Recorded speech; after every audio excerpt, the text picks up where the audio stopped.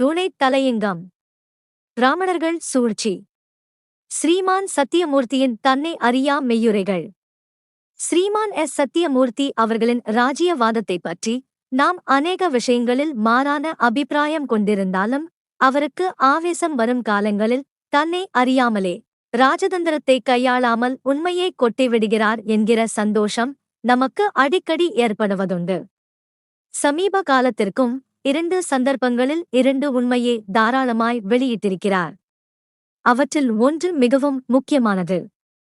இது பிராமணரல்லாத பொது ஜனங்கள் நன்றாய் அறிய வேண்டிய விஷயம். அதாவது காங்கிரஸ் தினம் என்று டிசம்பர் 26 நாளே சென்னை சௌந்தர்ய மகாலில் ஸ்ரீமான் யு ராமராவ் அக்ராசனத்தின் கீழ் ஸ்ரீமான் சத்தியமூர்த்தி பிராமணரல்லாதார் மகாநாட்டைப் பற்றி பேசுகையில் ஒரு பெரிய ரகசியத்தை வெளியிட்டிருக்கிறார். அது வருமாறு: ஸ்ரீமான் யாதவர் இங்கு வந்து வகுப்புத்து வேஷத்தை மூட்ட பார்த்தார். சட்ட மெம்பர் மனு சர் சி.பி. ராமசாமி ஐயர் தாம் பிராமணரென்று பயந்து சட்ட பிரகாரம் கவனிக்காது விட்டுவிட்டார். இவருக்கு தைரியமில்லாவிடில் தம் பதவியை ராஜினாமா செய்துவிட்டு ஒரு பிராமணரல்லாதாரைக் கொண்டு ஏன் தக்கது செய்திருக்கக் கூடாது? இது டிசம்பர் 27, 1925 சுதேசமித்திரன் அனுபந்தம் 7வது பக்கம் 4வது கலம் 24வது முதல் 32வது வரி வரையில் என்று பேசியிருக்கிறார். இவ்வுரைகளின் மூலம் பிராமணரல்லாதாருக்கு விரோதமாய் பிராமணர்கள் தங்கள் அதிகார பதவியை எப்படி உபயோகப்படுத்திக் கொள்கிறார்கள் என்பதையும் தாங்களாகச் செய்ய பயப்படுகிற சந்தர்ப்பங்களில் என்னவிதமான வழியை கையாளுகிறார்கள் என்கிற விஷயத்தையும் பகிரங்கமாய் எடுத்துக் காட்டிவிட்டார்.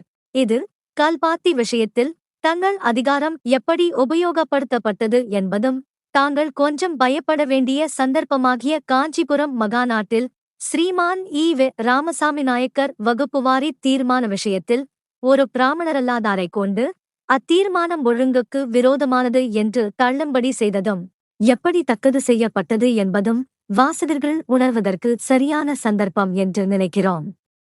இந்த 2 விஷயத்திலும் இரு வகையில் தாங்கள் வெற்றியடைந்ததை மனதில் வைத்துக்கொண்டே வெற்றி முரசு அடிக்கும் ஆனந்தத்தில் உண்மையை கக்கிவிட்டார்.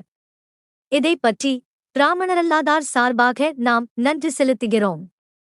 ஆனாலும் சட்ட மெம்பரையும் காஞ்சிபுரம் மகாநாட்டு தலைவரையும் வெளியாக்கி சந்தியில் இழுத்துவிட்டு விட்டதினால் அவர்களின் மனக்கசப்புக்கு ஸ்ரீமான் சத்தியமூர்த்தி ஆளாகாமல் இருக்க முடியாதே என்பதற்கு நாம் மிகவும் வருந்துகிறோம்.